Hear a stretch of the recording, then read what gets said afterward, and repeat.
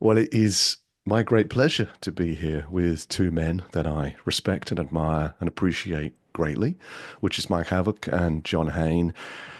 Before we jump in, let me just a little bit of context on this. I, like many people, have been working with the two of you personally now for just over a year, and I reached out for the opportunity to learn a bit more about you both, your journeys, your experiences. John, particularly the length of time that you've been supporting and working with men. And this is dedicated to the network of men's group and beyond to, I guess, provide more context to the calls that we go on and some more background and an extended conversation without limits to break down some of the complexities, the myths, the challenges in the conversation today. We've got a theme that's going to move around masculinity to identity, self-love, authenticity, friendship and connection, vulnerability, wholeness and resilience. And we'll see how far we get through each of those topics, but those are our North Star orientation today. John, perhaps I could ask you to go first and maybe for a minute or two, talk to us about your journey to get here in the world of men's friendship and compassion. Okay, I had never experienced uh, being in groups or actually any like psychotherapy or mental health groups or anything like that until the early 90s when I first joined a group of men. I think there were six men in that group that was conducted by a local therapist. And it was the time of Robert Bly and Iron John and those the type of looking at the kind of who we are as men, and who and actually can we go below the surface into our feelings and go deeper with each other. Uh, uh, Before that, there wasn't much familiarity with doing deep inner emotional work as far as I knew for men, unless it was in psychotherapy. And so I was involved in that group for about 6 months. Um, and I left that group. I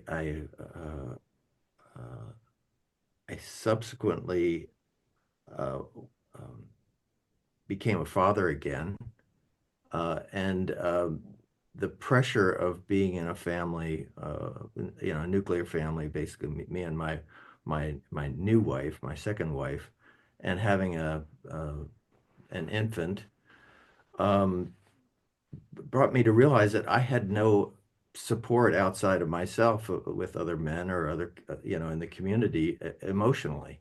So I had been kind of like primed to think, oh, emotional work for men is really important. And I had gotten a taste of that, but I didn't have a group or a support. And so I joined this group called Breakthrough. It's primarily a workshop for men that was developed by a therapist who was working with men mostly on their anger issues in the late 80s. And uh, he had created, it was about I think it was about 16-week workshop. It was about 4 months long for men. Uh, and there was a group of 35 of us that joined that year in 1994. I I joined that, and I quickly discovered that uh, this was a really important thing for men, and it's like it was a guided revelation on what I was never taught as a young man, or as a boy, young man, uh, or even I was I was at middle age at that point. I was 45, and I'd never really been. been aware of any of this stuff. So, and I saw the effect that it had on other men, and it was dramatic, profound, transformative, and changed my life. And it changed the life of most of the men that were going through the group with me. Uh, and it provided me with a stable foundation, I'd say, for developing relationships and moving my life forward since then. And I've been committed to that type of work ever since. That's why with my experience having participated, then become a leader and helped to develop the program over the years, uh, I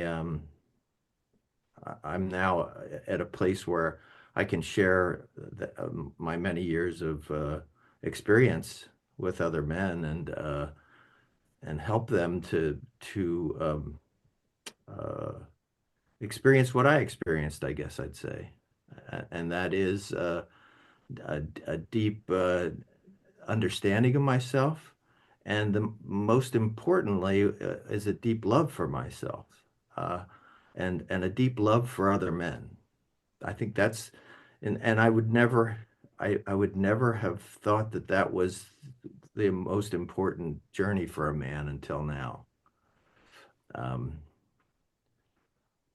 for most of my career, I was a forensic pathologist, which meant that I distanced myself from my feelings. I was really good at it. I was really good at being a forensic pathologist, and I was really good at distancing myself from my feelings. Um, and never had really allowed myself to be vulnerable. That it was a lot of being a man for me was learning how to be uh, relatively invulnerable and not feel and not uh, the I guess you would say that most men in my generation were taught that feelings were not useful. They were something to be um, not vilified, but just kind of not honored, and certainly not shown, so that we could get our work done. And as a forensic pathologist, I had to do some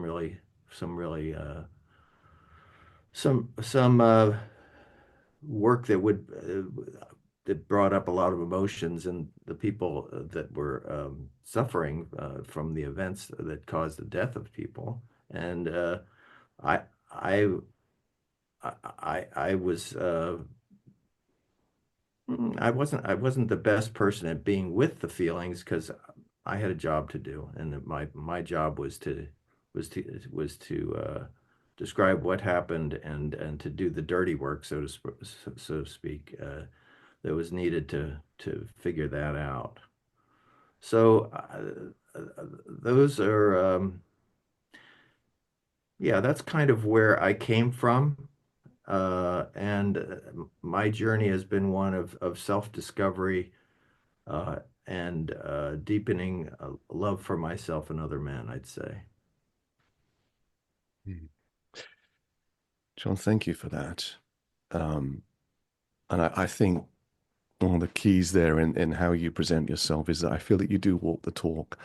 I do recognize deep compassion and self-love from you and with you, and I think you emanate that love out to others, and that's for all the great questions that you ask and all the time and effort you put into men's group. I think ultimately that source of love that you are for men around you is probably the most magnetic and attractive and inspirational part of what you are, and because it's something that many of us admire, I think, and aspire to be and do in our lives.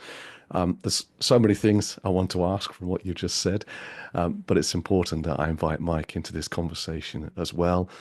So perhaps, Mike, we could spend a bit of time on your own story, and then we can look back on some of the themes that John has brought up for us. Sure, yeah. Hmm, how detailed to get. I'll try to give like you know, regarding this work, I'd say I've been doing it my entire life and not knowing it. Um, kind of just not having a predictable home life as a child, I think forced me into a sort of needing to figure things out. Being the only child to a disabled single mother, um, wheelchair bound, and with, I would say, some significant mental health issues.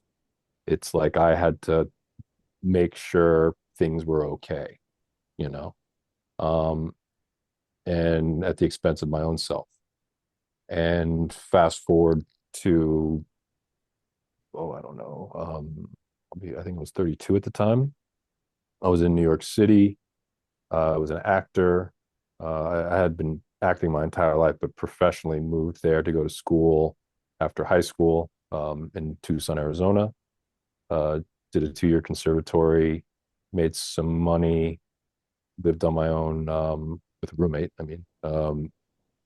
In Queens, and then wound up living with a girlfriend in this apartment that I met in a studio, acting studio. And for me, at that time, without really realizing it, relationship with a woman was kind of like the end game. It was like, okay, if I have this, then I'm good. Like I'm pursuing my acting career. I made a living off of it for a while, but it was dwindling. So I had to like reinvent or pivot and made adjacent moves to like behind the camera. I was a assistant to an executive producer at a global advertising agency. And then from there, realized you don't sleep in that position. I thought I wanted to go that route, but I was like, you know what, let me do more neck down work.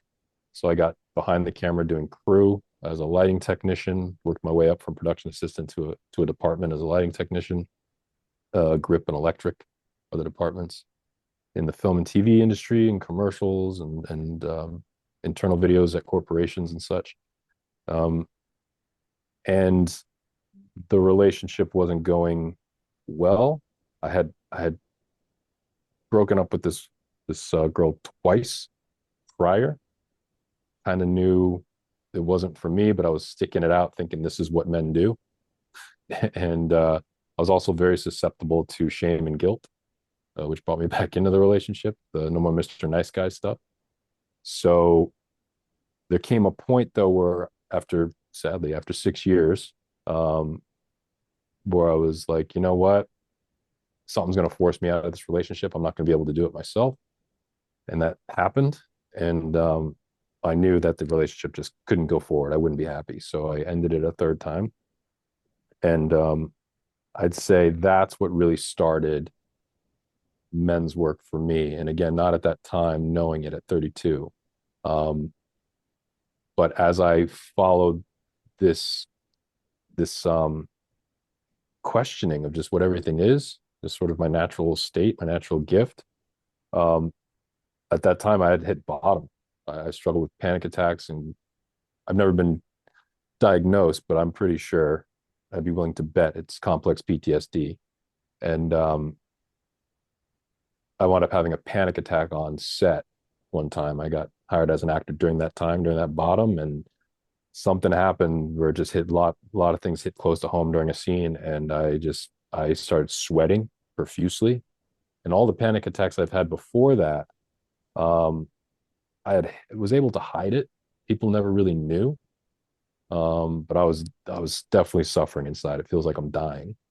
And but that day I couldn't hide it because this new thing happened. I just started sweating, and oddly enough, thankfully it worked for the scene I was in. It was like a corporate video, and I was the one guy messing up in the office, and they were all coming down on me, and so I started to naturally sweat. But inside, the character's name was also Mike, and I just it just hit really close to home because I felt like a failure at that time as a man.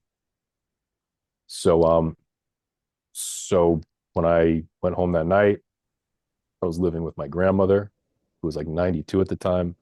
I cried, and I realized in that moment that what she was offering me, and I very much respect her. She had done a lot in her life, but what she was offering me wasn't helping. And particularly one thing she said was, I'm a very strong person. I don't know what it's like to have anxiety, but and proceeded to give me all this advice. And I realized in that moment, you know what? I love her to death, but if she has no idea what this is like, why the hell am I listening to this? It's going to have to be up to me. I'm going to have to figure this out. So from 32 on, I decided, I'm going to have to like, I've never been religious, but I was like, I'm going to have to like write my own Bible here, my own code of how I'm going to live. And doing that completely changed my life. I started from the very bottom of like, okay, why live? And just went from there. And as I did that, developed my own way of being, my own Mm. values, my own morals, my own principles. And it brought me to doing men's work and becoming a coach, getting certifications, and then ultimately to men's group and meeting John, who I'm so proud and honored and thankful to be able to call my mentor. So, yeah. Thank you so much, Mike. I haven't had the chance to hear that from you before, and the background and some of the moments of crisis that you've had. So thank you for sharing those so honestly. And it brings me into what I wanted to start with today, which is some of the myths around being a man and masculinity. And the first myth that I'll mention is one that you were bringing up really there. And I think it's the myth that your friends can help you in times like this. I mean, you talked about family, but I think that's one of the first things I found with men's group is this is different to asking for help from the people around you in your everyday life. But let's open that topic up a little bit more before we close it down. John, back to you, and then to Mike. What are some of these myths that are propagating around in the circles of men about what it means to be a man? Yeah, it's so interesting in that I don't think this was ever a question when I was growing up.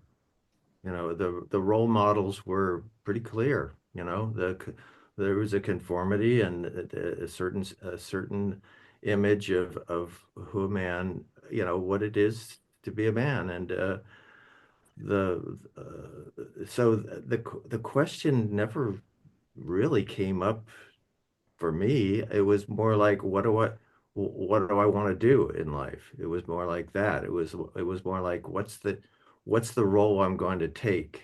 And I didn't have many choices to take roles that weren't for men, you know. So so so it was like I didn't struggle with this. I never struggled with my identity as a man, or even thinking what masculinity is versus feminine and all that kind of stuff until I guess until the maybe well into the feminist movement, we men needed to do our own men's movement because women were redefining themselves, and I think men were questioning now if women are going to be doing what we do, then who are we?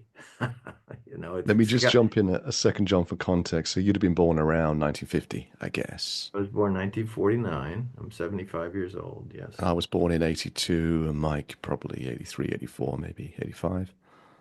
Yeah, 84. I'm 40 Yeah, years old. yeah. I think just for context, but John, were men happier then? Do you think? Referring to perhaps around the 1970s there, or were men just as miserable, but they had different problems? Well, there were different. It depended on what you were involved in.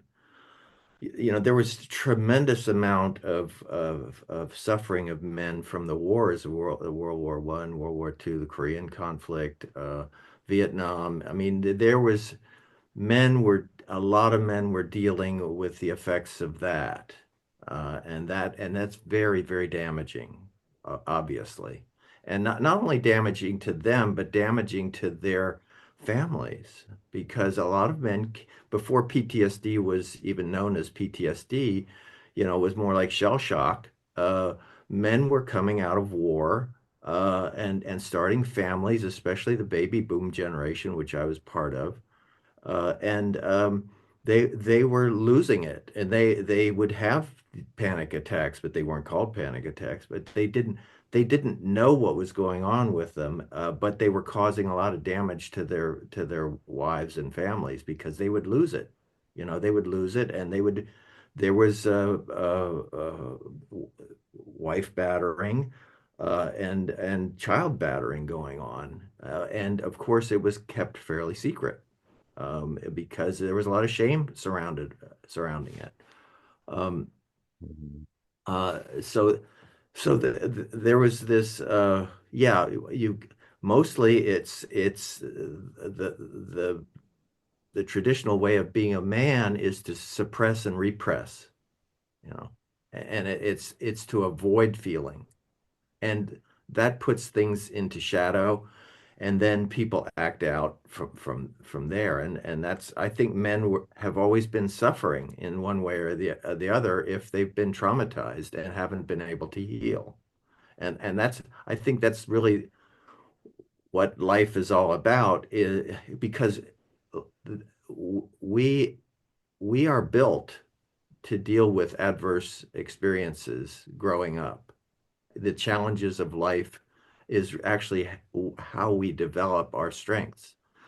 But if we are limited in our emotional expression of the effects of the trauma or the effects of those adverse experiences, then uh, our whole body becomes a container for the trauma, and we're spending tremendous energy trying to contain that rather than allow it to be expressed.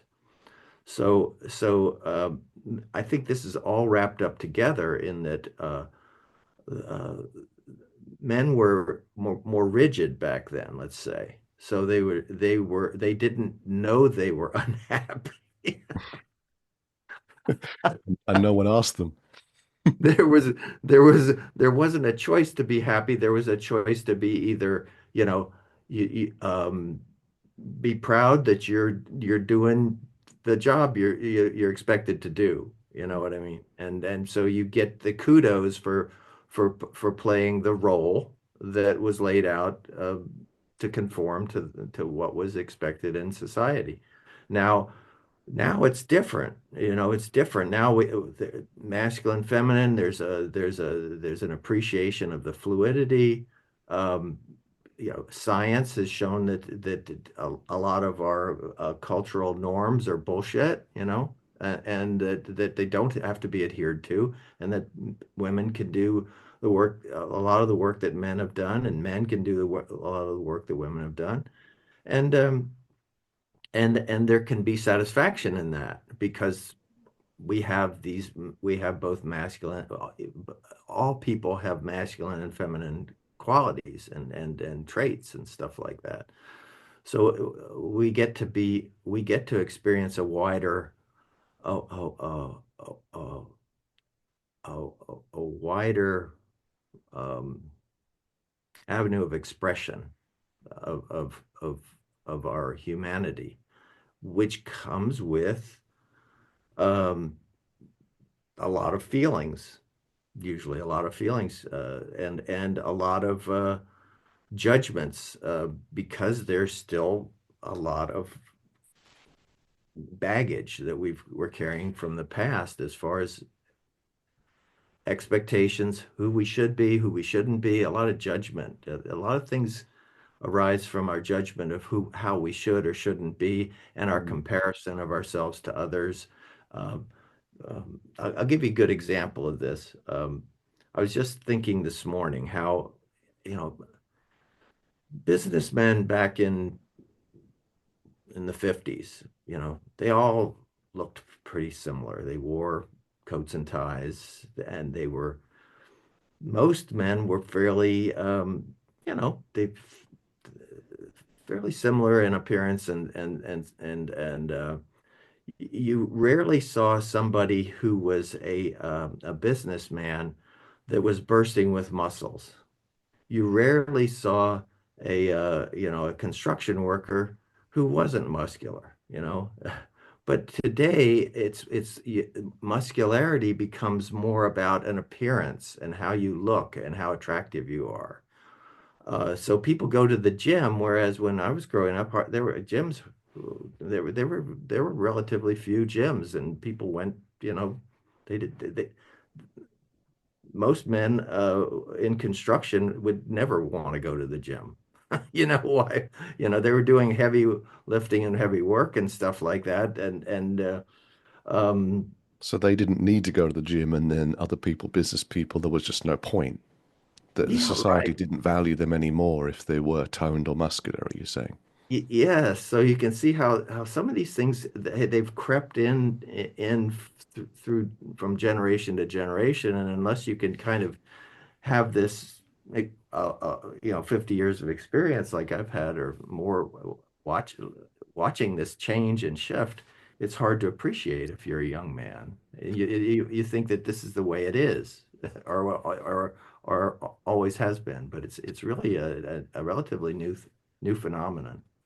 Yeah, and it reminds me, just going back to what you said before about men and the wars and so on, that wonderful book by Laura Hillenbrand, Unbroken, which I think also was a movie, a devastating book, true book, about the soldier who comes back from the war and the experiences he has. And it's quite chilling, and he can have massive PTSD for the rest of his life, hugely affected by that. It's interesting, Mike, isn't it, listening to John's talking about those times, that certainly affected our parents. But the world did seem a very different place. I think you and I are not 20, we're in our 40s. And I think we can reflect on how the 90s and noughties were a very different time for being a man and being in relationships. Does that resonate with you? I don't know if I was old enough at that time. I mean, I was, 99, I was a freshman in high school, you know. So, growing up in the 90s in the desert, no less, I didn't really have much exposure. And I was also left alone a lot. Everything I learned, not everything, but most of what I learned, and naturally this shows up in my chosen career path soon after high school, was from TV. It was kind of like the one thing that me and my mother can kind of connect on. It was something we watch, when she got home from work after I'd, gotten she picked me up, from after school daycare. And yeah, so from that, I think, a lot can be gleaned about culture and what's to be expected of a man. So I think superhero movies, certainly when we got into the 2000s, X-Men kind of hit, right? And then Spider-Man, and then all these superhero movies started coming out. Um, and so this idea of being like this, you know, Greek, looking like a Greek god almost to some point now, like Thor, you know, Mm. it just sort of escalated over time. And I think along with Instagram, it's just kind of another form of TV. And so it's, can I speak bluntly on this? Yes, you can. Great. I think it comes down, I think this whole gym sort of, fanaticism around it, both men and women, stemming from Instagram and influencers, comes down to sex, really. I feel, like you'll see on dating apps, some of the profiles will say, like, let's have our first date at the gym, or I won't, how do I know won't work out? Well, you don't go to the gym. I want to know how much you bench and shit like that. So guys are trying to play catch up, with that, and vice versa, because social media affects women really poorly as well, visually with physical appearance. Um, I don't know if Yeah. that really answers your question. No, it does. It does. And I want to jump in so I started training 2 years ago properly in my gym.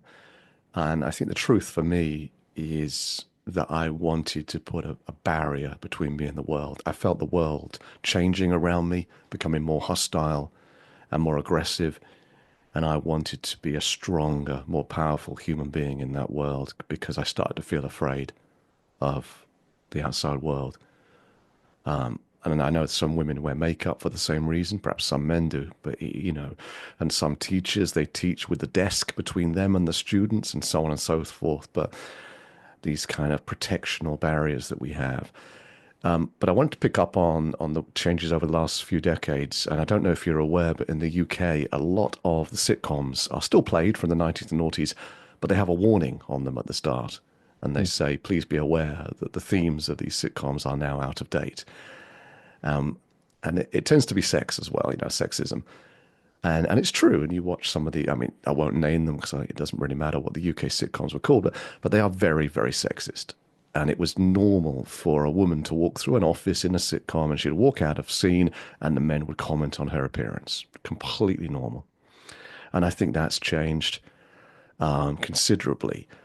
But perhaps if I ask the question from another angle, is that, we said we're being blunt. And if I was to be very blunt, I would say that the revolution we've seen in gender has been fantastic for society, wonderful for society, but terrible for marriage. And it doesn't have to be, but I think it's been terrible for marriage because I feel that men have no clue now what role they're supposed to play.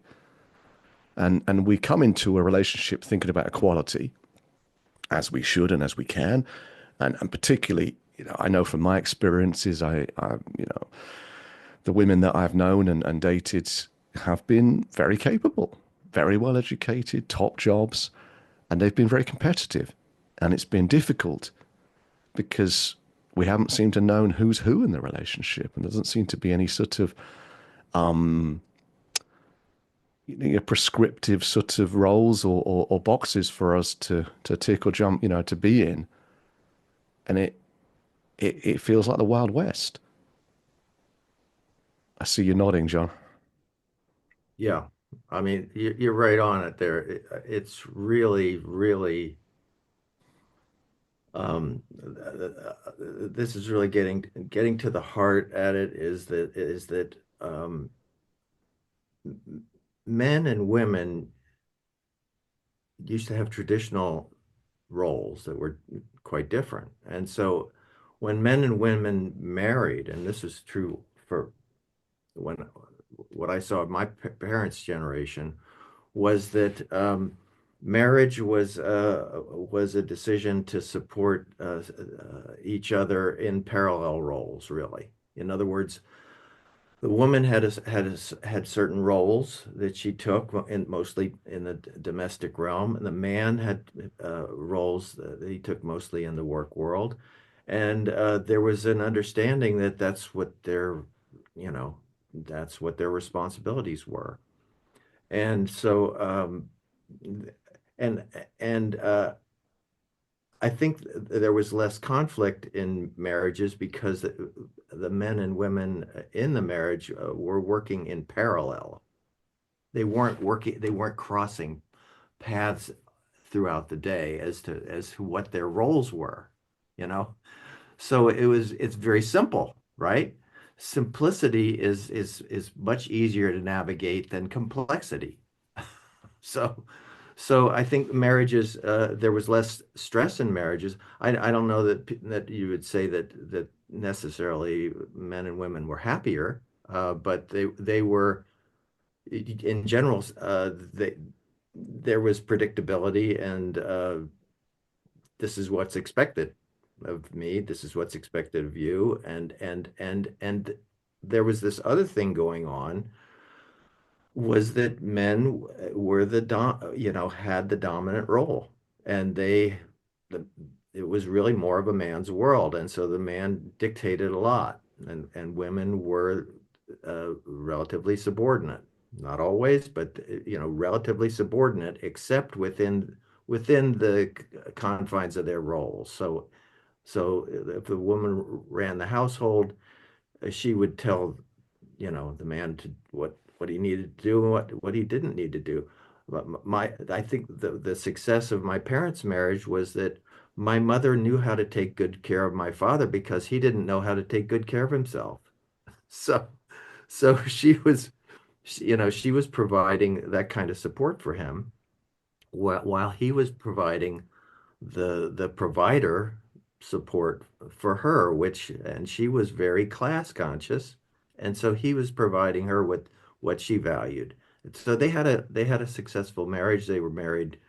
It was both their second marriages, and they died. I guess they'd been married about 26 years, and uh, before my father died, and so that's I think that's something to see is that, oh yeah, it was simpler back then. There were less There's less confusion about who was doing what, and yet, you know, men were still uh, they were still operating under this. Um, it's better to be a man than a woman. It's better to be male than female. And that's the basis of sexism from the male point of view is that, oh, I mean, a lot of us as boys, uh, the worst thing to be was a girl, or to be called a girl, or to be equated to a girl. Uh, and so sissy, pussy, those kind of words were shaming. And the last thing a boy wanted to be seen as was feminine. And so a lot of us were encouraged to reject the feminine, and actually not just reject it, but judge it as shameful.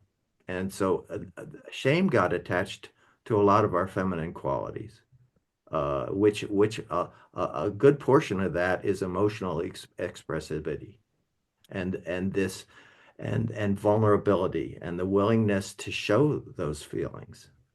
So a lot of us as boys, when we were really, really young, we remember being emotional. But when we got into grade school and around other boys, that wasn't okay. And so we quickly learned to shut down. Uh, and uh, and and then judge others that were expressive, that showed more feminine qualities, and girls, uh, we we showed them no mercy as far as um, looking down on them, uh, and looking at women as an object of our sexual pleasure more than anything. Uh, and and that's I think that's continued as unfortunately is that women are looked at as objects of sexual value, and and women have learned to do the same thing about men too. Objects of Uh, material value, right? Material, I'm sorry, instead of material value, or Objects of material value. What's our of status, material our value, worth, our right? what do we offer And them? yes, material value, and to some degree, there's a sexual value. I think that men have been sexualized from the woman's perspective too, and so I think we're responding to their need for us to look more masculine, so they can have more of a thrill. Just like we're kind of looking for women to look, perfect, like the centerfold, so that we can have a thrill.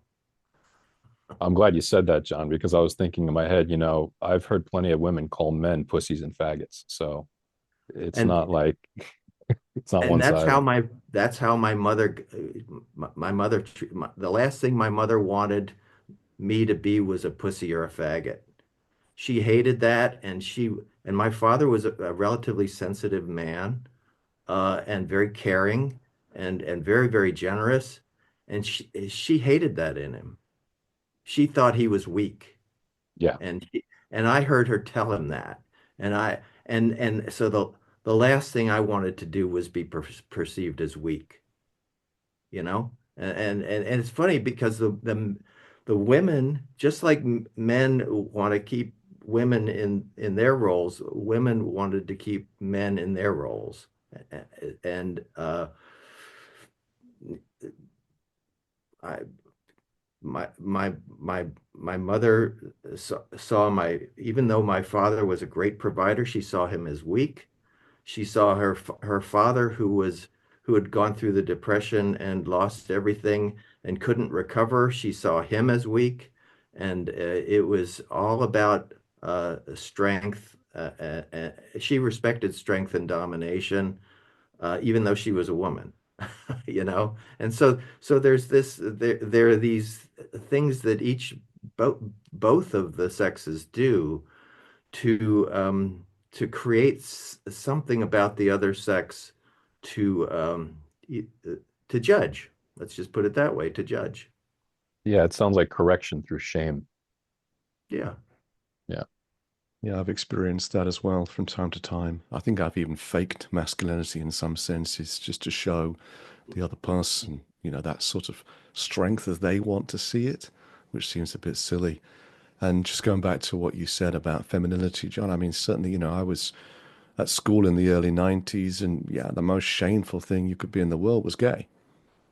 And, it was like the gay police were going around all the time accusing other boys of being gay. And I'm not gay, but my God, if I had been, the devastation that would have caused me, the shame, my goodness. I'm lucky I wasn't. And, we think about the progress we've made, but I remember traveling back through the northern city of Manchester about 2 years ago, and I was shocked. It was Friday night, getting on for about 6, 7 p.m. I was traveling back home, and I saw a lot of young people heading out for the evening at the train station. And the girls, I mean, young, right? 15, 16, 17, pretending they're 18, and dressed up. I mean, dressed up like hookers, right? Incredible amounts of makeup, skirts that, were non-existent. And that was one thing. But then I looked at their partners next to them, equally young men, and these guys were just scruffy hair, t-shirt, jeans. And I couldn't wrap my head around that whilst we'd had all of this progress and all this equity, and female presidents, prime ministers, CEOs, you name it, like still the pressure on these girls to look sexy, and almost it seemed no pressure on these boys to make any effort whatsoever. And I don't know what to make of it, but it was clearly in front of my eyes, in 2022, 2023. Have you experienced that? Yeah, I've seen that in New York City, Seattle, San Francisco. Um, yeah, and look no further than social media. So Mm, it's that's the power of Instagram, is it? yeah, Instagram really is. It's kind of like the new TV. Um, and it's a weird form of it. It's like a new form of reality TV where, your social network and celebrities are like the subject of the show, and you follow it day to day, moment to moment even. So it's My who knows? Oh, go ahead. Yeah, my girlfriend says, "Do you think that woman's attractive?" And I say, "No, she just got the Instagram face." And we joke that everyone on Instagram looks the same.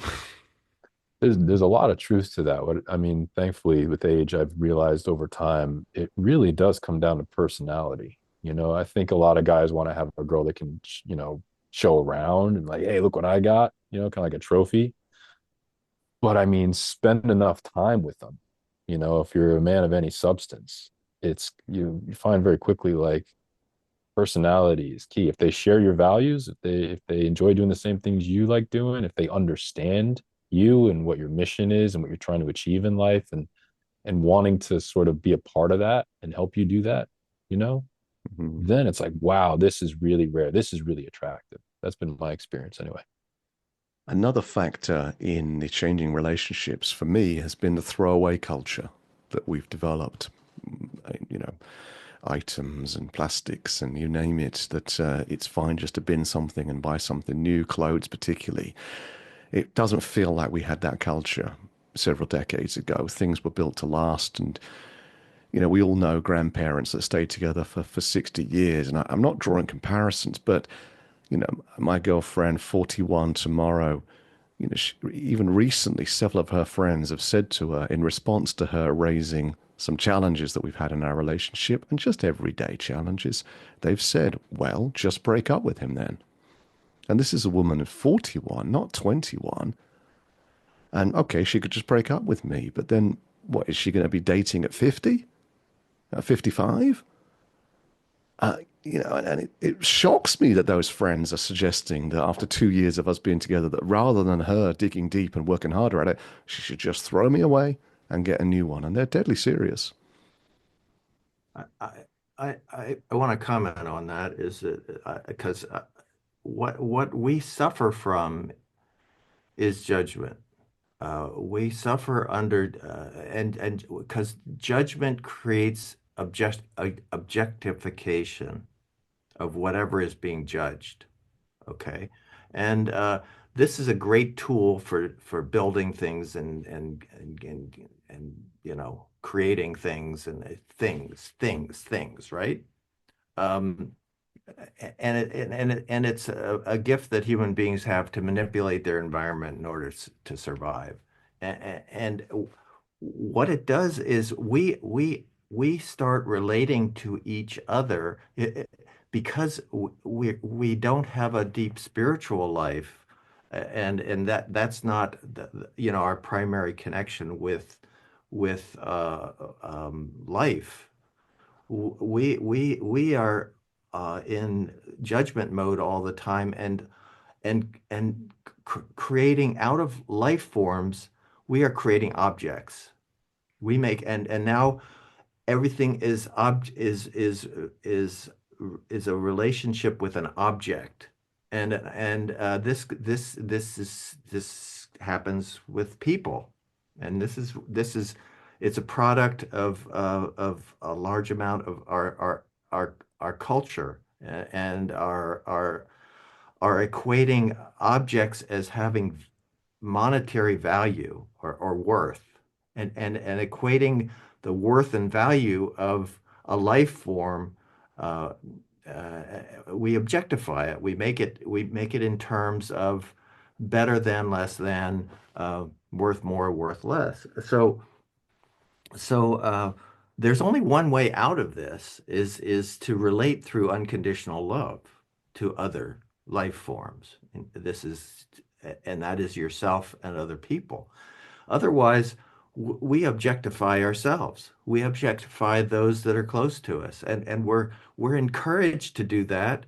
And we see it as just an extension of our objectification of our environment, that we're gonna manipulate it. So our partner becomes somebody more to manipulate, so that it satisfies us, than to honor as an equal spiritual being, And that's partly what we really suffer from, is we've created a whole system that puts a value on things as objects, and this is why I think there's this sexualization of young girls, is that there's money to be made. It's tremendously profitable. The sex industry is it's always been profitable, but it's like it's on steroids. And so we're all looking at each other as objects. And is it a desirable object or not a desirable object? If it isn't desirable, throw it away, that kind of thing. And it's promoted by our consumer culture. It's all to me, it's all tied together. Yeah, well, nobody knows this more than Bernard Arnault, who's worth $170 billion now because of what you said. Because it matters what brand is on the handbag. It matters so much that he's one of the richest people in the world, simply for that one idea that what we carry matters. So, John, there's some themes coming through here. I want to just reset the room a little bit here and talk about men's group. There's many reasons that men come together, whether it's a moment of crisis or a moment of vulnerability or an acknowledgement of the need to change. But there are many men out there who are committed to letting go of things to grow. For me personally, joining men's groups, the most profound impact for me was these three things, that other men have similar challenges to me. It sounds silly, but I genuinely didn't know that until I joined a year ago. That men can be compassionate, and that I can trust other men. Have you seen other people like me coming through who maybe didn't feel they could trust men at first? Oh, absolutely. And where does that come Absolutely. from? Well, we're okay. If we're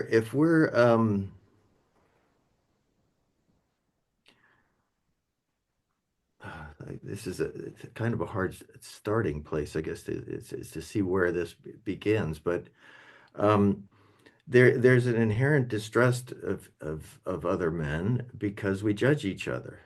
Uh, and if we're judged, as long as we're being judged, um, there's a separation.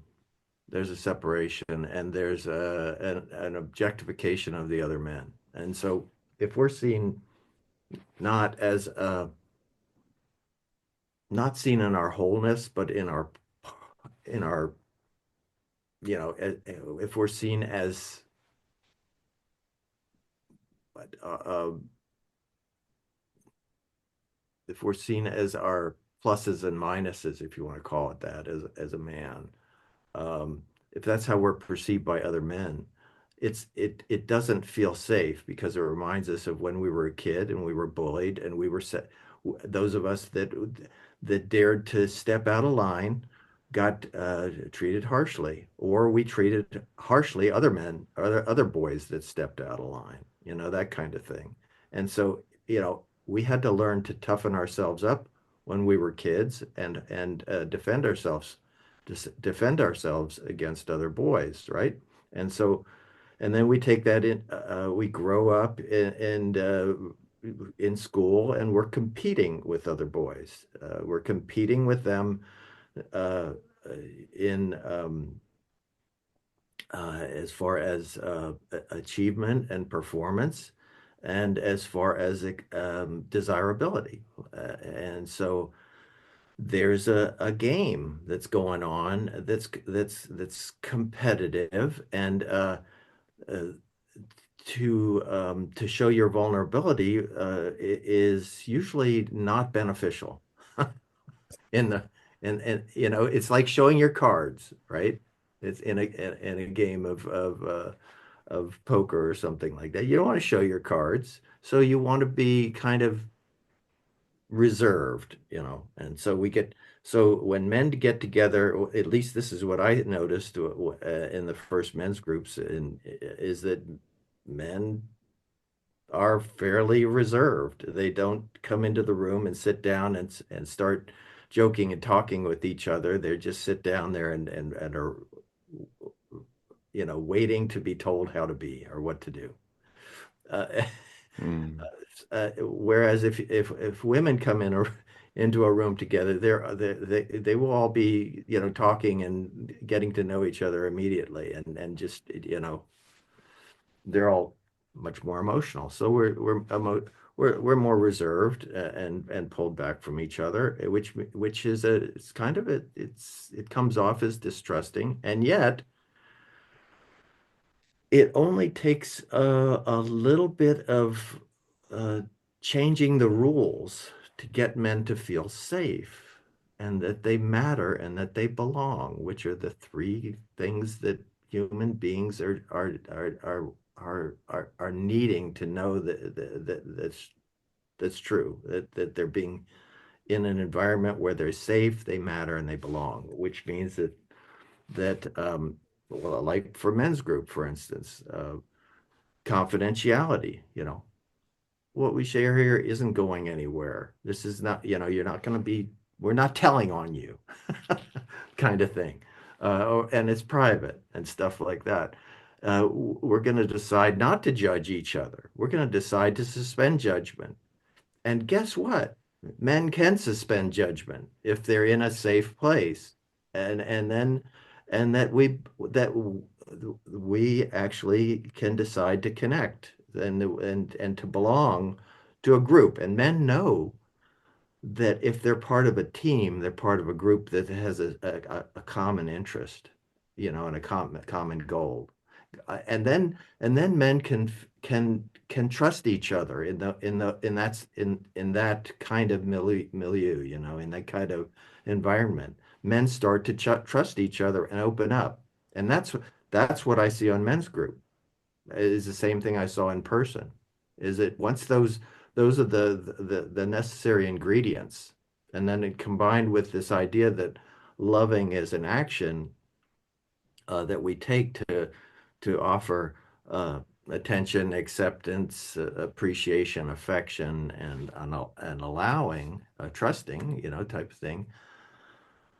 all of a sudden, everything changes, and men become who they really are in relation to each other, instead of who they're instead of um, the the rigid, kind of holding back or holding in that we're used to. Hmm. There's a lot in there, and I guess there is a truth that men feel they're in competition with other men. I mean, if you're being treated like a designer handbag, then a man wants to be a Hermes rather than a Prada or a Fendi. I mean, there is a leaderboard there of handbags, and there's a reality there, Mike, isn't there, that if you are a man of great status slash income slash appearance, then you know, even in 2025, you are attractive to women. You will get a partner. And I guess that's a fail-safe, isn't it? That no matter what we do or don't do, or happiness that we have or we don't have, if we can be rich, if we can look good, if we can have high status, then we will succeed in the dating game, regardless of anything else. I mean, it is true, right? I'm really happy you brought this up because it brings you back to kind of one of your original questions here. What are the myths of common masculinity? And this idea that money and status and all that stuff is gonna, let's start with just women because men very much care about attaining a woman, right? So if you started off being kind of weird, maybe not very good social skills and stuff like that, money's not going to solve that problem. Like we think that because someone has money, they solve that problem, but that's not always the case. And so they become perhaps, a handbag, like you're saying to women to get, but it doesn't necessarily make for a fulfilling life. And so it kind of goes back to, Fight Club is a very kind of like a touchstone in this space. It's certainly one of my favorite movies of all time. You're not your job. You're not how much money you make in the bank. You're not your fucking khakis, right? Doesn't matter what car you have, how much money you have, your social status. If you're looking outwardly for validation and not inwardly for it, you're never really going to feel fulfilled. And so I wanted to touch upon that again. And I think that was a fair enough segue because that's a big part of my journey. And I think that's a big part of the journey that of the men I see on men's group is that they're looking for validation outside themselves. They're looking for love outside themselves rather than looking inwardly for it. And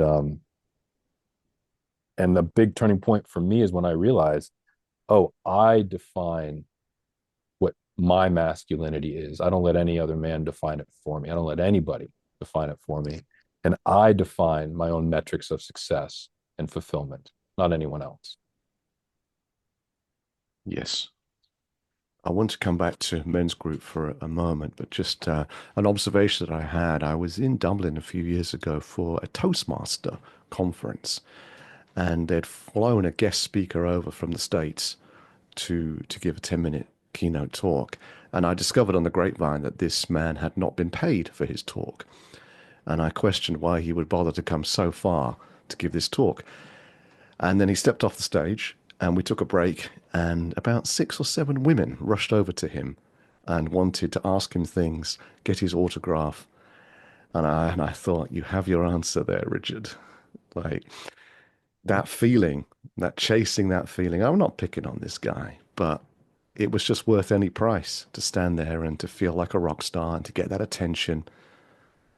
And I think, we've all been there, no doubt. I was in this room and others that are listening, those moments where it feels very powerful and very compelling to be somebody special, somebody important, somebody that people gravitate to. But I said I want to come back to men's group. What stops groups like this just being something of a refuge, a safe space?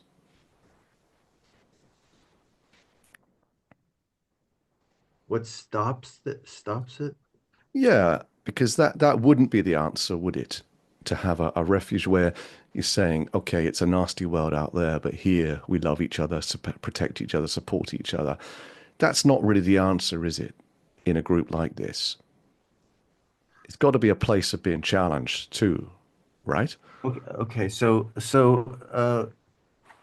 right, yes and yes, and maybe no and no. I don't, but um, this. there is no more powerful force in the universe, in my opinion, than unconditional love. Unconditional love is the starting place of everything, and where everything, there is no ending place of it. So what happens is when men come into men's group or breakthrough, there's a there's this there's this hunger that we have to be loved as we are, no matter where we are in our life. There's a hunger to be seen, to experience attention, unconditional attention, acceptance, appreciation, affection, allowing. Most men don't know this, but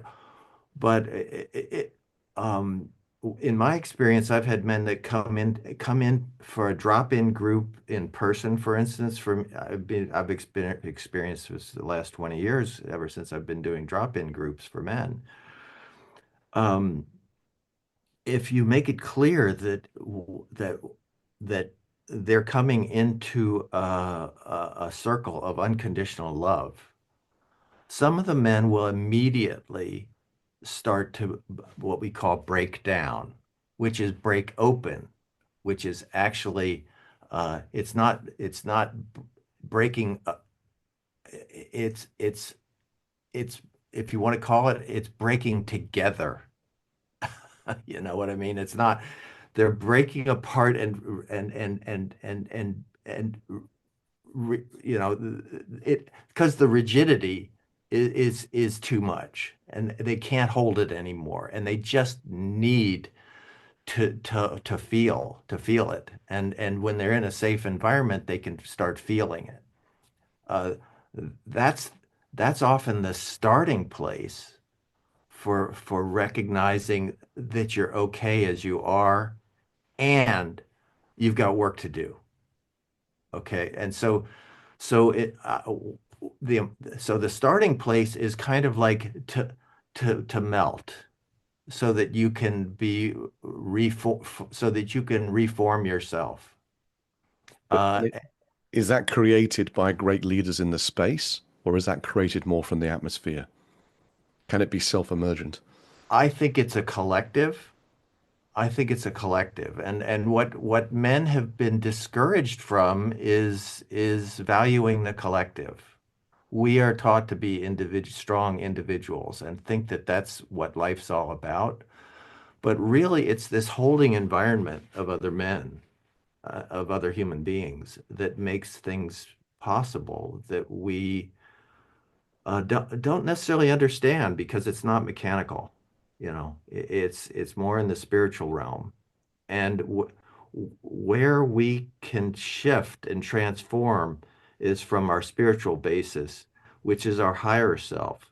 We don't transform from our adaptive parts alone. We transform under the leadership of our spiritual self and the leadership of the spiritual selves around us and spirit around us. So the more men that come together that are willing to love each other unconditionally, creates the beginning of something.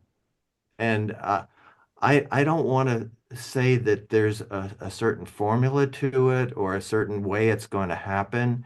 It's very magical, and it's um, I don't know the best term for it. It's a kind of a mystical experience for me, and that's why um, I get so much out of being present in the room, and seeing other men and feeling other men relax, let go, uh, um, willing to receive something, open up, being willing to express something that moves other men. It's it's nonlinear, and it's not necessarily rational. So now men are kind of they're in a new they're in a place where they've kind of been, I think they experience to some degree that sense of being reborn into something new, where they can where they can change and not be restricted by old norms and old ways of thinking and being, because they're unconditionally accepted and appreciated no matter what. Uh, does that make sense? And so now we can talk about our path and what is, but if I don't know who I am, uh, if I don't have a sense of freedom to be something other than who I think I am, then the path is limited. And what we want to do is to open up the path for men to experience their full identity, I guess you would call it, which is their wholeness, which means that we're really a lot more fluid than we are solid. If I could say something about this, because you asked some really interesting questions there, Richard, about, can this be done alone, or does it require a collective, right? And my journey, actually, very much of it, I'm a really stubborn guy. I don't trust very easily. I'd say that's one of my burdens, is that. And so when I started my journey, I'd say for 7 years before meeting John, I did it all alone. And I found, just through trial and error, trying to look at myself like a science project, studying it, seeing what worked, what didn't work, creating sort of principles, hypotheses and rules and stuff like that. And I do not have a science background, but it was just like, let me try everything and see what works. And eventually just reading as much as I can, and ultimately coming to internal family systems, which I use every day, all day. Like it is my form of my spirituality. And I found it to be very healing, and it's definitely the main modality in my work and in my coaching. So meeting John, it was like, just made sense. He was speaking my language.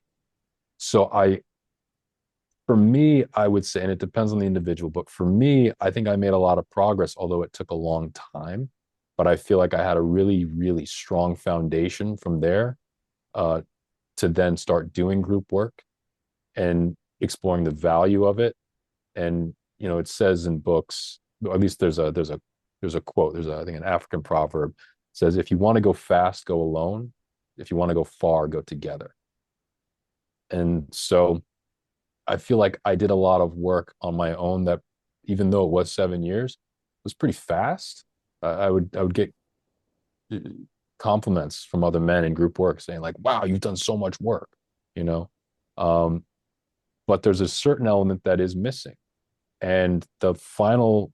I don't know if it's the final element, but definitely one of the most significant elements that I can't believe I missed after all those years was the concept of love, unconditional self-love. And that I learned from John and his program at Breakthrough. And it is present in IFS, internal family systems, with this trying to access the self by getting these fearful adaptive parts to trust that inherent part of ourselves that just knows how to heal, knows how to love. But to have it modeled for you in a group setting by other men who are not judging, who are listening, who are really there for you, that was one of the most profound experiences I ever had. That was something I never experienced growing up.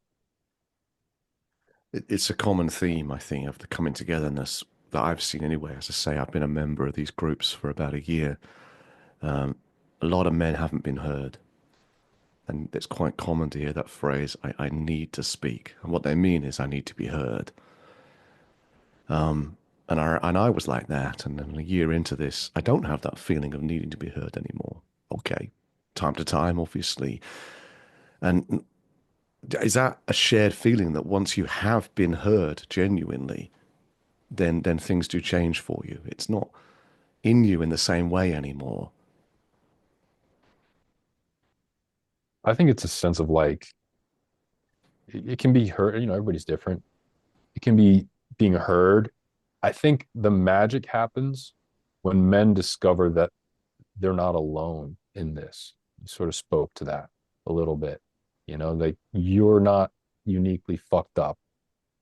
You're not going through your problems all by yourself. There are other men who are experiencing something similar, if not very similar, So you don't have to walk this path alone. And these men in these groups want what's best for you. And you don't even know these guys, really. You know what I mean? Like you're hearing their stories, but you don't have a history. And yet the environment or the container that's created in these groups, it's unconditionally loving. It's non-judgmental, when it's working correctly. Anyway, when it's set up correctly. Um, and that's powerful. And to have love modeled for you by other men, you're then able to do it for yourself. And there's also sort of a sense of learning boundaries too, knowing that, oh, that's that person's stuff and this is my stuff. And I can feel a little bit calmer because I don't have to react to everything. It's not all my responsibility. You've both got programs that you run outside of being present on men's group, John with Breakthrough and other things, and Mike with your coaching. So I guess both of you must have a feeling that there's more to this than just the coming togetherness. Is that just a case of getting where guys want to get to faster? Or are there things that you can't get to just from, I say just, but from being on great calls like this? That's not necessarily enough. I'll go, I guess. In my experience, limited. I've only been doing it for 3 years, but I feel like I know enough at this point to speak on it. I see the journey of men's work in 3 phases.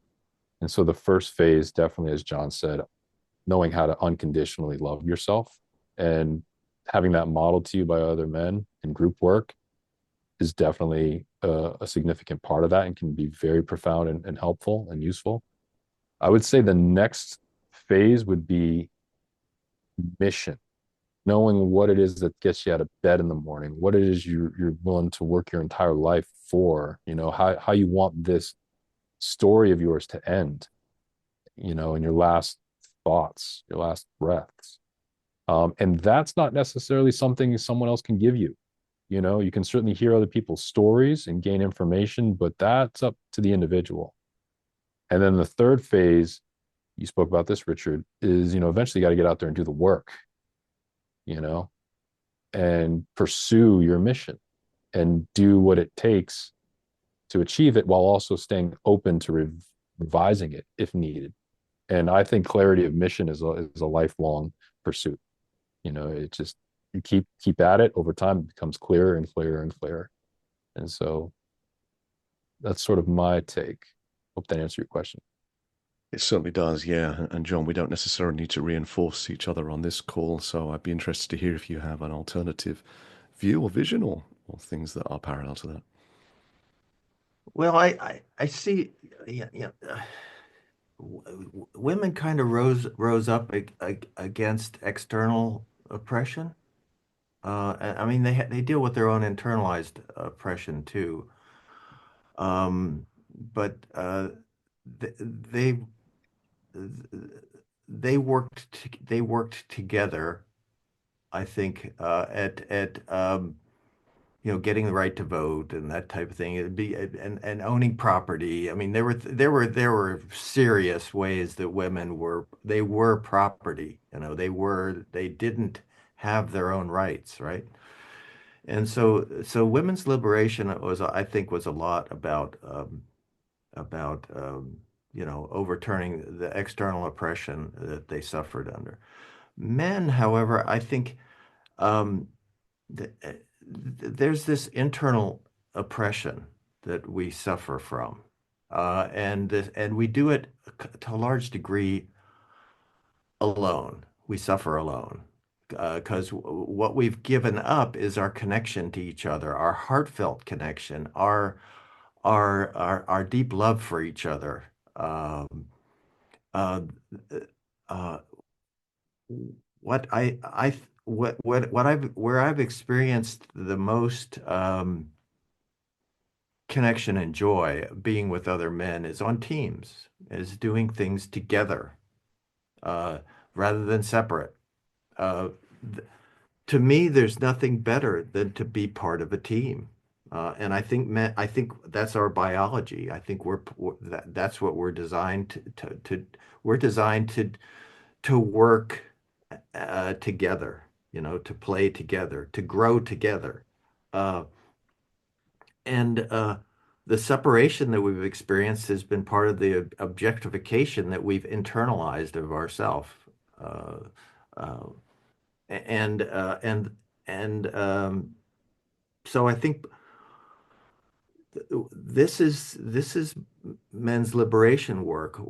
It's about uh, liberating ourselves from whatever um, oppressive tendencies we've taken on from our environment, our conditioning, etc. And as we do that, we discover who we are in relation to each other. We aren't separate. We discover who we are in relation to each other, I think, and that means that the relationships with other men and our connections are what help direct our life mission. And that's how I see. I don't know where it's going to go, but I see men's group as having this great potential for men to connect with each other. Um, electronically, of course, it is electronically, but it's still it. I think we're all connected in a mysterious way that we don't understand, and that I mean, I see it that the electronic connection can be very, very profound, and just I think is equally as profound, sometimes more profound than the connection in person, because in person we're distracted by appearances and distracted by other things that are going on in the environment. So I see this as a tremendous potential for men to discover who they are in relation to themselves and while in relation with others. Well, it's scary enough opening up in front of a group of men, but doing it in a strange place as well only adds to that. At least when I do it, I'm sitting in my own home, aren't I? And the comforts all around me, limiting those feelings. And drawing back on what you said, John, I mentioned Toastmasters organization earlier. Let's not forget that that organization was founded in 1924, and it wasn't until 1973 that women were permitted to join Toastmasters and work on their own communication skills and public speaking. And for a long time during that period, I suspect the question was what would be the point in women working on that? It seemed pointless. So there's been a hell of a journey, but I remember when you were asked in an interview about how best we support women, your answer, and I paraphrase, was actually through deeper, more meaningful connection with other men and with ourselves. Have I got that right? Yes. Yeah. Yeah. Is that, does that need some explanation, do you think? Well, I think a lot of us have grown up um, um, judging ourselves and whether you know we've grown up not centered in ourselves. We've grown up um, looking externally to to define us and define our so um, we our growth is going to be through recognizing our own value and worth as human beings, and not defined by uh, not defined by others, but defined by our relationship to others. It's a little bit different. So it's a I'm not waiting for somebody else to tell me how to be or to show me how to be. I'm I'm working in relationship with other people, and we learn how to be with and in relationship to each other in a collective way. That's how I see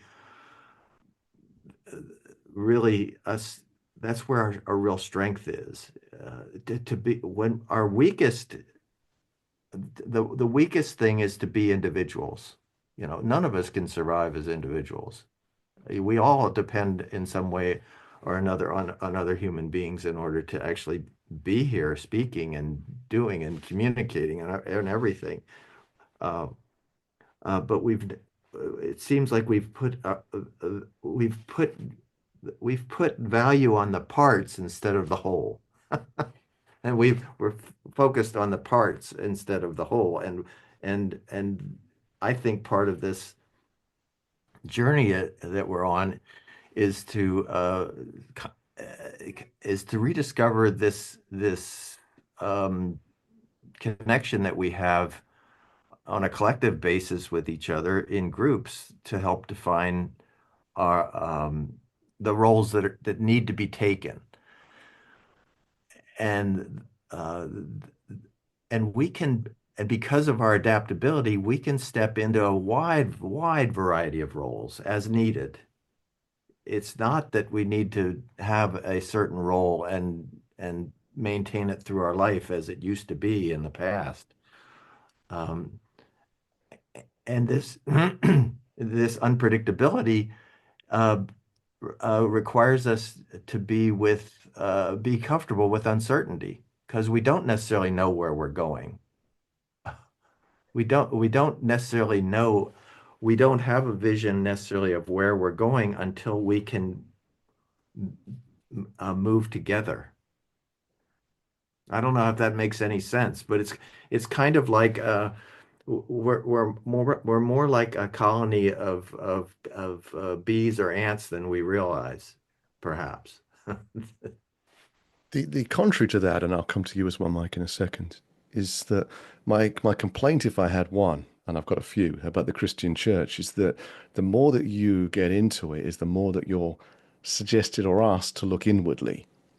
And becoming a better Christian is to focus more on God and usually Jesus, and to focus more on the words of Scripture and the Bible, and to focus less on everything else.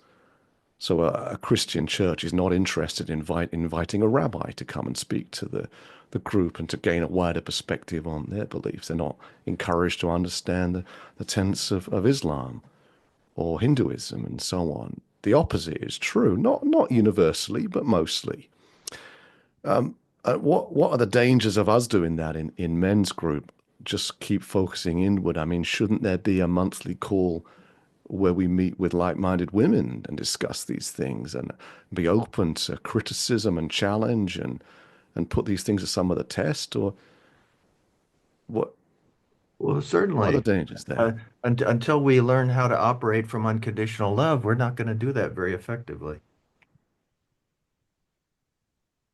Yeah, you see that happening in the space already with different organizations, that do men's work, and I don't know what you'd call the opposite side of it, John. You're gonna have to help me out there. I haven't heard it. I hate to call it women's work, but That sounds different, doesn't it? yeah, a little bit. But yeah, you see that happening, and so to have that happen on men's group, I think would be great.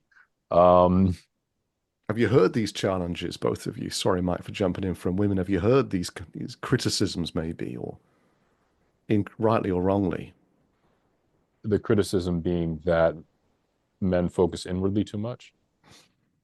Well, I think back to the interview, and we can put a link into it, John, where you were interviewed by clearly a feminist, and her call to you is that men should be focusing more on women and focusing more on women's problems and being allies, rather than sitting in men's groups and talking about being men. Yeah. So I think that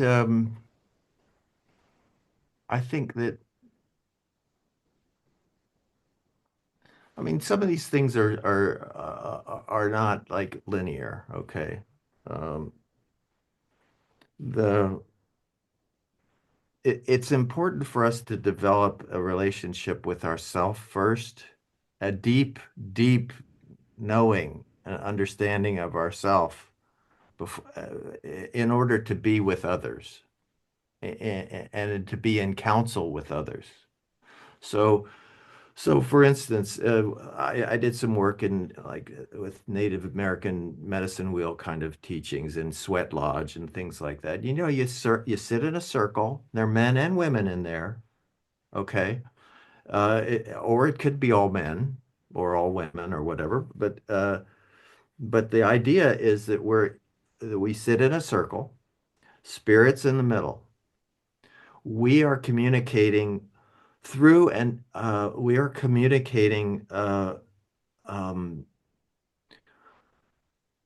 we are communicating to the circle from spirit, from our connection with spirit, which is a felt sense inside ourself of what's arising that needs to be said from my voice. You know, I'm a conduit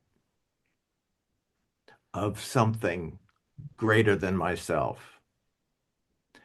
And so I'm contributing what I am knowing in the moment, not not not from a place of thinking that this is going to be important or that's going to be important or what or that this is the answer or that's the answer. I'm just contributing what's coming through me. And we move around the circle. And the more diversity there is, you know, usually you need, 15, 20, 25 people in this circle. It takes a long time. It takes a long time. But as you do it, you gain there is a wisdom that's shared with everybody because everybody's sharing something that's coming through them in relation to this subject that the council is addressing.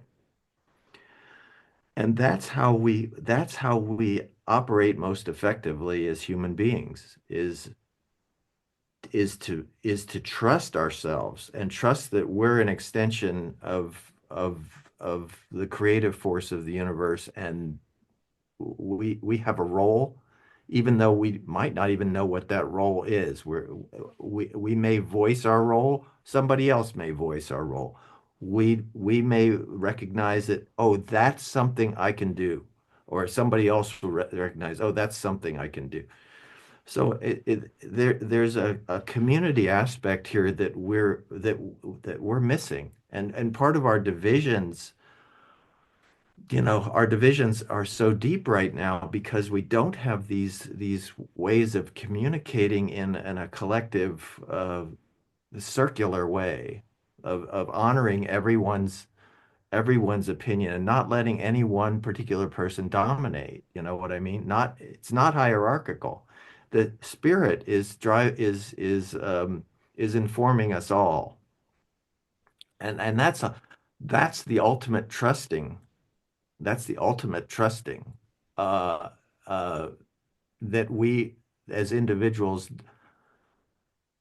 don't have all of the answers. You know what I mean? But what you're describing to me just sounds very human. And I can't think of any person alive that wouldn't want to have that sort of compassion, self-love, vulnerability, completeness, wholeness that you're describing. But we're talking about men's work. So are we saying that the path to that for men is unique? Well, women do the same thing. Is there any difference to getting there as a man? No, I don't think so. I don't think so. I think the expression of men sitting in council, there will be maybe a collective expression of things that are tend to be more on the masculine side, probably on the more, doing things, performing things, building things, creating things. And on the feminine, there may be a different. If it's all women, it may be more toward the things that are more feminine, you know. The obstacles are different for men, the things to overcome, the physical factors. Is that the uniqueness? The I think challenges? I think that we we have different genetics than women, obviously. So we have different strengths and weaknesses based on our genetic makeup, and but we, you know, as human beings, two genders have worked up to now. I think we've got When about 15 genders now officially, John, but well, right, and I think there's always been gender variability, yeah. and that's part of the gift of being in counsel with a wide variety of men is that you get there are men that have feminine, that have more feminine strengths than masculine, perhaps, and they get expressed too. I mean, we don't want to become some homogenized mush of humanity, Mike. That's not the goal, is it? I see John shaking his head. No, not I homogenized think, much, but a lot of how we operate is through polarities, through the yin and yang thing, right? And so there's often these two extremes, if you want to call them, and to be able to see them as they are and not identify with one or the other, but value them both. and there's men that are single, men that are in healthy relationships, and men that are in unhealthy relationships. What difference does that make to guys going on this journey? A large amount of this is this journey is, I think it's the journey to loving ourselves that makes it possible to love each other. And men in relationships now that are struggling, um, they may need more, they may need other men more than they need women at this point for some time until they actually become confident in who they are enough to be in a relationship with us what we would call a strong woman. So they need to become strong men in order to be with strong women. That's how It's I see really it. in sorry, John. What's That's good. really interesting that you mentioned that about, sort of like this path and the difference between being in a healthy relationship and an unhealthy relationship, quote unquote unhealthy relationship, whatever that may be. The men that actually self-included that end up coming to men's work tend to be in relationships that are not working out, not the other way around. You don't see too many men coming, I haven't anyway, see too many men coming into the space being like, everything's great in my relationship, you know, that's why I'm here. It's either a relationship or maybe losing their job, or a death in the family, maybe perhaps. But I would say number one reason you see guys coming at least to men's group and at least to this work of all the stories I've heard of other men is it had to do with the relationship that was kind of falling apart. And that's something we, the collective, we need to address, isn't it? Is that we don't just want to be supporting men when they realize this through a crisis. We want to get there earlier. Because, I mean, some of the guys aren't coming to men's group. They're doing something awful instead, aren't they? Yeah, they're looking Yeah, for other women to solve their problems for them. yeah, So yeah. so so that's really a big step for a lot of men is to realize, shit, I don't have any, I have, other than my partner or my wife, I, I'm alone,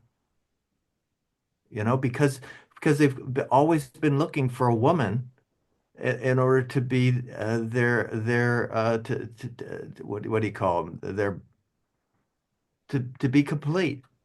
Yeah. They don't feel complete without a woman.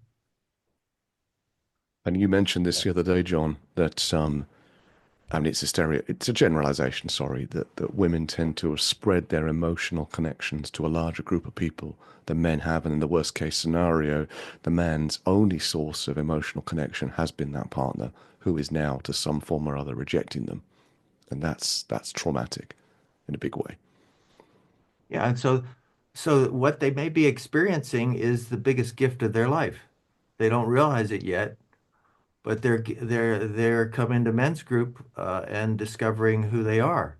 Uh, whereas if they just go, oh, I'm just going to get back into another relationship, and this is what we see oftentimes is this rebound phenomena where a man gets dumped or he gets separated from or divorced, and now the quickest, easiest thing is just replace that woman with another one. Easy, isn't it? It's great. There you Just go. swap them over and carry on. No Right. problem at all. I And want then to, another relationship or two that's failed, now they come to men's group. that definitely doesn't describe me, John. What are you talking about? Certainly describes me on my journey. I want to ask you both just before we close today on this call a bit more about the work you do. I think it's important to share that, particularly as you've been so generous with your time, both of you. But I want to be a little selfish first and ask, as I reach the 1 year anniversary of being in these men's calls, and I know that men's group is not the only space in the world, of course, but it's one that we all know. How should someone like me be considering ways to give back?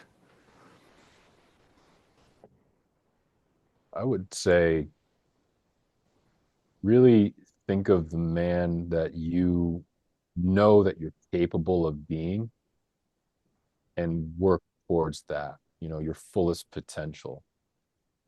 Because, and John has a great quote for this, so I'm going to let him say it. But, you know, when you make yourself better, you make the world better. And John, you hit him with the quote. You know what it is. You don't know what it is? John I'm gonna have to shrugging. say it for you. Oh, come on, man. Don't ask what Which, the world needs. Ask what makes you come alive, because what the world needs is men who have come alive. So yeah, essentially follow your bliss, you know, yeah, and and that'll that's not, that'll spread outward like a stone in a pond with ripples that go out. so I didn't make that up. That's a quote from what's his name? Um, I'll find it. uh, You just yeah, edit this, man. You edit this so it sounds beautiful. We'll just Thank do you it so yeah. again. much, guys. With 2 hours in, I was just thinking, well, a little less than that. I was just thinking, hey, I don't need to edit this. And now this. So thanks, guys. Thanks I for the uh, homework. um, Yeah, no, and I love that. I mean, you can find the credit, who to credit that, of course, to Mike. That's wonderful. But I love that, John, that, it is being ultimately the best person you can be is to give back. But I guess some people feel that leadership call as well, don't they? well, that's what I think. That's what we're finding when men come together and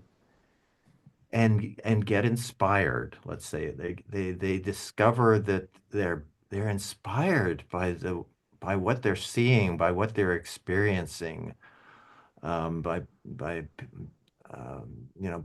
some of us that are maybe modeling some way of being. It's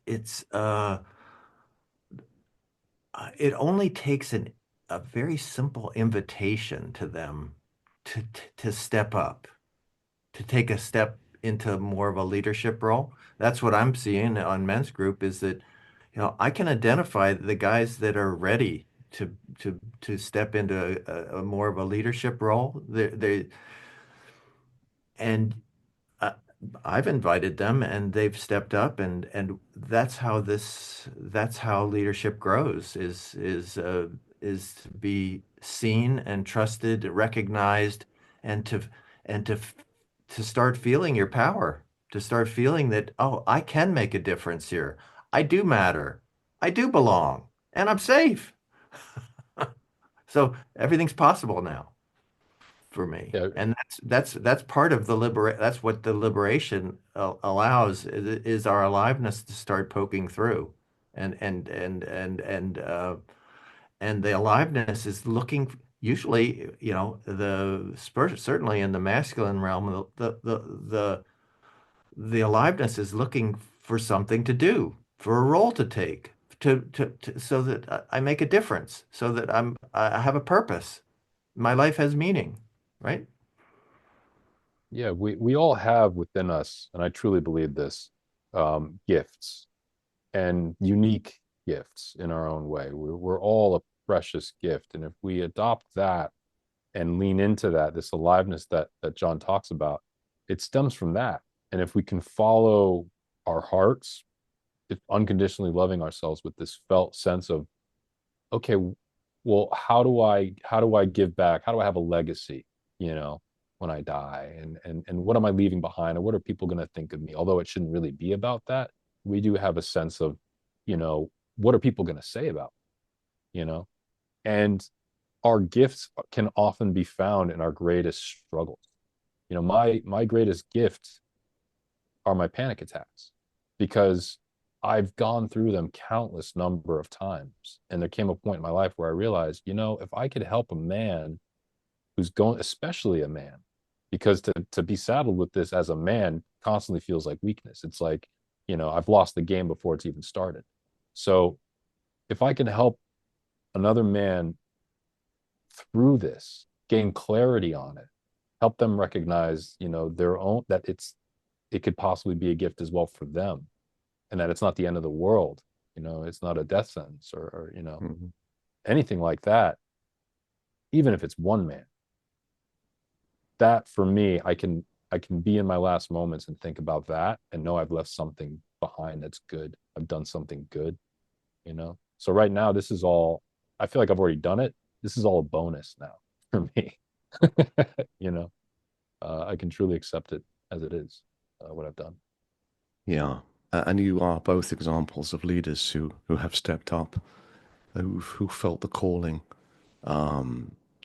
to spend a disproportionate amount of your time caring and thinking of other men, beyond being in the men's group. And I have so much admiration and respect for that. And it inspires me. It doesn't make me want to emulate you guys immediately, and I don't think it should, but it inspires me to find a role at the right time in my life, and the great need there is for men to feel that support, appreciation, compassion, to be heard, and to be a cog in that machine somehow, including, having sessions like this, of course. And, Mike, perhaps if you would go first, what is your calling? How do people get attracted to your calling? What about people that want to spend more time with you? What do you offer?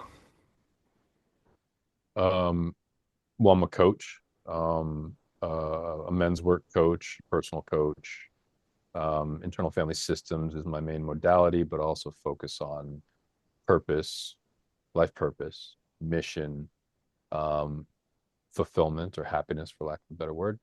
Um, and yeah, I do that, and be on men's group, you know, and sort of live life as well. I try to make sure that I'm leading from the front on things, and leading by example. So, you know, I'm not teaching anything or saying anything that I haven't been through myself. So, um, so yeah. So if if anyone were interested in something like that, you can find me on men's group, or you can check me out on Instagram. That's what we do these days, right? We plug our instas at Havok, HAVOK.m. Nice. Thank you. Yeah, I think it's important to give people access and a route to people that they're hearing these kind of things from. So thank you for that. And John, what about yourself? How do people spend more time with you if they're fortunate enough to? Well, currently I'm conducting, I'm co-hosting six groups on men's group, so it's easy to find me on men's group, usually during the middle of the day of Pacific time sometime. And I've been involved in the Breakthrough Men's Community, www.breakthroughformen.org. You can find that information about that organization there, breakthroughformen.org. And I've been devoted to that program since I went through it in 1994. Helped to develop it, helped to craft the curriculum, um, and I've helped to still helping to lead workshops there. So I'm always, uh, I can be found there or men's group. And I do encourage anybody that's wanting to take, I think, the best in-depth personal growth workshop in that I know of, by going to the website and looking at the workshops and signing up. It's more affordable than psychotherapy and more effective. And we have psychotherapists that refer men to our groups, our workshops, because they are more effective than therapy. And yet they're led by peer counselors and not therapists. So it's other men that have gone through and benefited from the workshop that end up leading and inspiring subsequent men who go through the workshop. It is a movement in our local area that we now are able to offer, basically worldwide on Zoom if anybody wants to sign up. Well, thank you both for those pieces of information, and thank you for sitting down today. I'll just mention that that quote came from Howard Thurman, so thanks, Mike, for looking that up. I've really enjoyed spending time with you today. I've been enjoying spending time with you now for many months, both of you. I'm hugely appreciative of how much you've influenced and changed me, and how much I've seen you work with and support other men. To me, you're both absolute heroes. You're people I admire greatly and appreciate greatly, have a lot of love for, and just want to thank you personally for being in my life and making me into the better man that I want to be. And thanks again for this conversation today. Thank you, Richard. And we love you, man. We love you. Thank you, Richard.